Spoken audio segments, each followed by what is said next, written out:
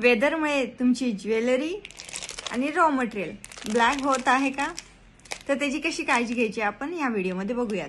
त्यासाठी हा व्हिडिओ शेवटपर्यंत नक्की बघा. तुमची ज्वेलरी आणि रॉ मटेरियलची काळजी नक्की घ्या. चला तर मग बघूयात आपण. सगळ्यात आधी तुम्ही झिप लॉकची बॅग घेऊन या. हे पूर्ण एअर टाईट असतं. ओके.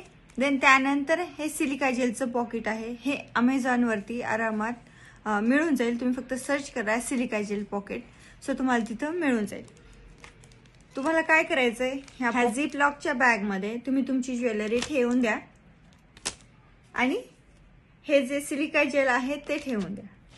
ह्याला व्यवस्थित पॅक करून एका प्लास्टिकच्या बॅगमध्ये सुद्धा एका प्लास्टिकच्या बॉक्समध्ये सुद्धा तुम्ही हे ठेवू शकता.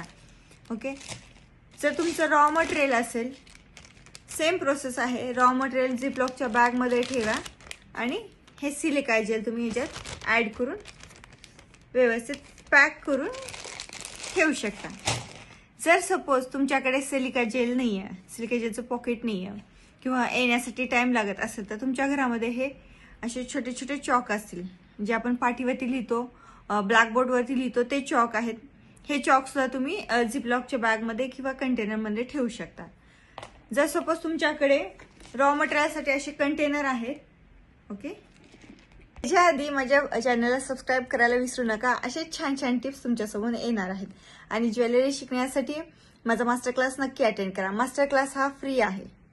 कडे सुद्धा असं कंटेनर असेल तर ह्याची काळजी कशी घ्यायची, ह्याच्यात सगळे रॉ मटेरियल आहे. तर तुम्ही बघू शकता इथे मी सिलिका जेल ठेवलेले आहेत.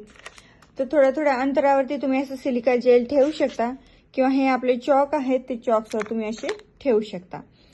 सिलिका जेलचं आणि चॉकचं काय काम आहे, जे तुमच्या ज्वेलरीमध्ये मॉइश्चर आहे ते ओढून घेतं आणि तुमची जे ज्वेलरी आहे ती थोडीशी जास्त काळ टिकते. Thank you so much. आजच्या व्हिडिओमध्ये बस एवढंच. भेटूया नेक्स्ट व्हिडिओमध्ये. Till then bye bye.